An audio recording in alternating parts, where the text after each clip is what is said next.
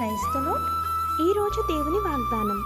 నా యందు మీరును మీ యందు నా మాటలను నిలిచి ఉండిన మీకేది ఇష్టమో అడుగుడి, అది మీకు అనుగ్రహింపబడింది. యోహాను సువార్త 15వ అధ్యాయం 7వ వచనం.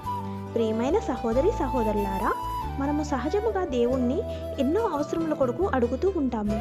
కానీ ఎక్కువసార్లు వాక్యం మనకు ఉపయోగపడేలా వాడుకుంటాము, కానీ ఆ వాక్యం ప్రకారం జీవించేందుకు ఆసక్తి చూపము. మనలో ఆయన వాక్యము లేనప్పుడు పరిశుద్ధత ఏమాత్రమూ ఉండదు. మనము సహజముగా ఒక అతిథి ఇంటికి వస్తున్నప్పుడు ఇంటిని శుభ్రంగా ఉంచుతాము, ఎందుకంటే శుభ్రం లేని ఇంటిలో అతిథి అసౌకర్యంగా ఉంటుంది కాబట్టి శ్రద్ధతో ఉంటాము. అలాంటిది దేవుణ్ణి హృదయంలోనికి ఆహ్వానించినప్పుడు ఎంత పరిశుద్ధంగా ఉండవలను. కానీ అనేక మంది పరిశుద్ధత లేని హృదయంలోనికి దేవుణ్ణి ఆహ్వానిస్తారు, అది అసాధ్యము.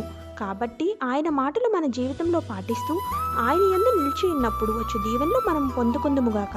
ఈ దిన వాగ్దానం మనందరి జీవితంలో నెరవేరాలని కోరుకుంటూ దేవుని సువార్తా పరిచర్యలో మీ సహోదరి.